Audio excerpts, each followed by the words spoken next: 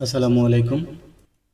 10 থেকে 46তম বিসিএসের প্রশ্ন বিশ্লেষণের যে সিরিজটি আমাদের চলতেছে তারই ধারাবাহিকতায় এটি হচ্ছে আমাদের চতুর্থ পর্ব বা চতুর্থ ক্লাস। এই পর্বে আমরা হচ্ছে ভার্বের প্রশ্নগুলোকে সমাধান করব। ওকে, বরাবরের মতো আমি আবার বলে নিই, প্রশ্নগুলো সমাধান করলে আপনি খুব ইজিলি প্রিপারেশন নিতে পারবেন, অল্প পড়ে সঠিক প্রিপারেশন নিতে পারবেন। ভার্বের অনেক টপিক আছে, সব ধরনের টপিক আপনার পড়ার দরকার নেই, শুধুমাত্র যেই টপিক থেকে যেই স্টাইলে প্রশ্ন আসে ওইগুলোই শুধু আপনি সমাধান করবেন, এবং সেটা শুধুমাত্র 2-3টা ধরনের প্রশ্ন আসে, ওই কয়টা টাইপ ওই কয়টা ধরনই আপনি বারবার হচ্ছে প্র্যাকটিস করবেন এবং বই থেকে পড়বেন, এর বেশি পড়ার দরকার নেই। কারণ ভার্ব যদি আপনি যে কোনো টপিক আপনি যদি বুঝে না পড়েন তাহলে কিন্তু এটার জন্য অনেক সময় আপনার লস হবে, যেটা কখনোই কোনো দিন পরীক্ষা আসেই না। বিশেষ করে বিসিএসের মতো পরীক্ষাতে এরকম ভুল করা একদমই বোকামি ছাড়া আর কিছুই না। সো চলুন প্রশ্নগুলো সমাধান করি। What is the verb form of the word ability? Ability শব্দটির ভার্ব ফর্ম কি? এটা 44তম বিসিএসে এসেছিল। তো আমরা জানি অ্যাবিলিটি শব্দটির ভার্ব ফর্ম হচ্ছে enable. So enable is the right answer.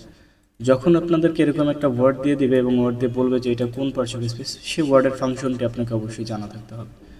যে যেমন এবল এটা হচ্ছে অ্যাডজেক্টিভ, এনেবল এটা হচ্ছে ভার্ব, এবলনেস তো না, অ্যাবিলিটি হচ্ছে নাউন এবং অ্যাবিল হচ্ছে অ্যাডজেক্টিভ অ্যাডভার্ব।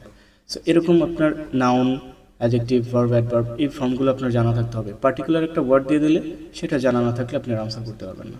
ওকে, তো এরপরে বলছে যে huffing and puffing, we arrived at the classroom door with only 7 seconds to spare. In the sentence the verb arrived is, বলছে যে এই সেন্টেন্সে arrived হচ্ছে কোন ধরনের verb? ওকে, বলছে intransitive verb, transitive verb, causative verb, defective verb. সাধারণত আপনি যদি দেখেন যে কোনো ভার্বের পরে প্রেপোজিশন আছে আপনি সেটাকে ইনট্রানজিটিভ ভার্ব বলবেন। শেষ। সাধারণত ভার্বের পরে যদি আপনি প্রেপোজিশন দেখেন তাহলে সেটাকে ইনট্রানজিটিভ ভার্ব বলবেন। ইনট্রানজিটিভ ভার্ব দেখার যে কটা নিয়ম তার মধ্যে একটা হচ্ছে এটা, ঠিক আছে? আর ট্রানজিটিভ ভার্বের পরে তো নাউন বা প্রোনাউন থাকবে, প্রেপোজিশন তো নাউন বা প্রোনাউন না। পজিটিভ ভার্ব সেটা তো হচ্ছে আলাদা, যেমন অবজেক্টকে দিয়ে একটা কাজ করাবে, বাকি সেরকম কোনো অর্থ দিচ্ছে না, সাবজেক্ট নিজেই হচ্ছে অ্যারাইভের কাজটা করছে। ডিফেক্টিভ এটা তো হচ্ছে আনসার না। ওকে, এরপরে প্রশ্নটা হচ্ছে fill in the blank. Tourist dash their reservations well in advance if they want to fly to Cox's বলছে যে better to had better to get, had better got, had better get।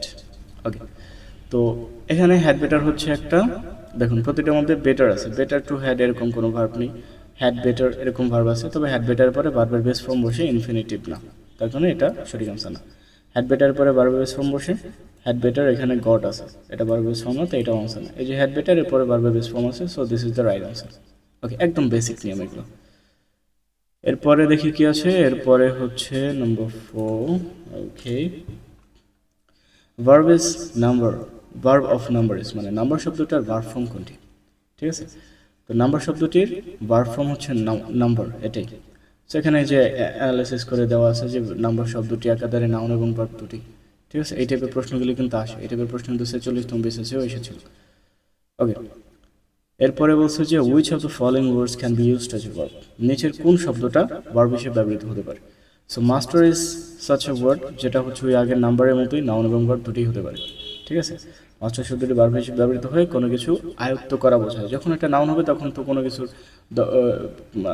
কিছু দক্ষ একজন ব্যক্তিকে বোঝাবে মাস্টার, ঠিক আছে? যে ব্যক্তি কোনো একটা বিষয়ের উপর দক্ষ তাকে হচ্ছে সাধারণত মাস্টার বলা হয়, এটা নাউন বোঝালে। কিন্তু যখন ভার্ব হবে তখন এটার অর্থ হবে কোনো কিছু আয়ত্ত করা। ওকে, এরপরে হচ্ছে এই যে বলা হচ্ছে যে মাস্টার শব্দটি নাউন, অ্যাডজেক্টিভ ও ভার্ব হিসেবে ব্যবহৃত হয় সাধারণত।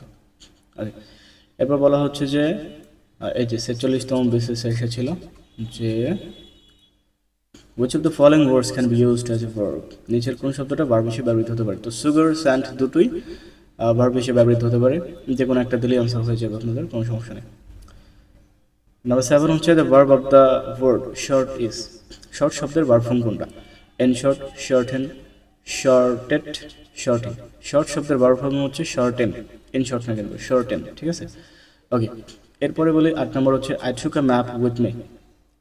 I took a map with me, আমি আমার সাথে একটা ম্যাপ নিলাম, as I didn't want to dash my way on the journey। এরপরে টু এর পরে সাধারণত ভার্বের বেস ফর্ম বসে, লুজ হচ্ছে অ্যাডজেক্টিভ, এটা হবে না। লস এটা হচ্ছে ভার্বের বেস ফর্ম, লস্ট হচ্ছে বিউটি, লস এটা হচ্ছে নাউন। সো 2 এর পরে যেহেতু ভার্ব বেস ফর্ম পড়ে লস হচ্ছে verb base form, it will be the answer.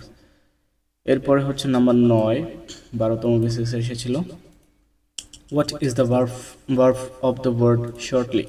Shortly শব্দের ভার্ব কোনটি? এটা হচ্ছে অ্যাডজেক্টিভ এবং এর ভার্ব ফর্ম হচ্ছে শর্টেন। ওই যে আগে ছিল না শর্টেন, এই যে এটা একটু ঘুরাই পেঁচিয়ে আসছে। 12তম বিসিএসের প্রশ্নটাই ঘুরাই পেঁচিয়ে এবার 28তম বিসিএসে এসেছিল। এরপরে হচ্ছে 10 নম্বর প্রশ্নটা কি একটু দেখি আমরা, একটু বোল্ড করে দিই।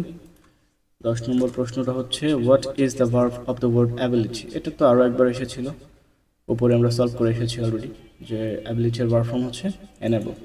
ওকে, ভার্বের একটা জিনিস খুবই অবাক লাগে, যখন আপনারা ভার্বের টপিক পড়তে যাবেন পাগল হয়ে যাবেন, বিশেষ করে যারা বিসিএসের প্রস্তুতি নিচ্ছে, এটা একদমই পাগল হয়ে যাবে। ভার্বের এত এত ধরনের প্রশ্ন, এত এত ধরনের টপিক, এত কিছু, এত অন্য পরীক্ষা এত টাইপের প্রশ্ন এসেছে। বাট যারা বিসিএস দিবে তারা যদি এই প্রশ্ন বিশ্লেষণ না করে শুধুমাত্র ওই ভার্বের প্রচলিত বইয়ের মধ্যে যে টপিকগুলো আলোচনা করা হয়েছে সেগুলো পড়তেই থাকে, তাহলে তারা একদম নেহাতি শুধু সময় নষ্ট করবে।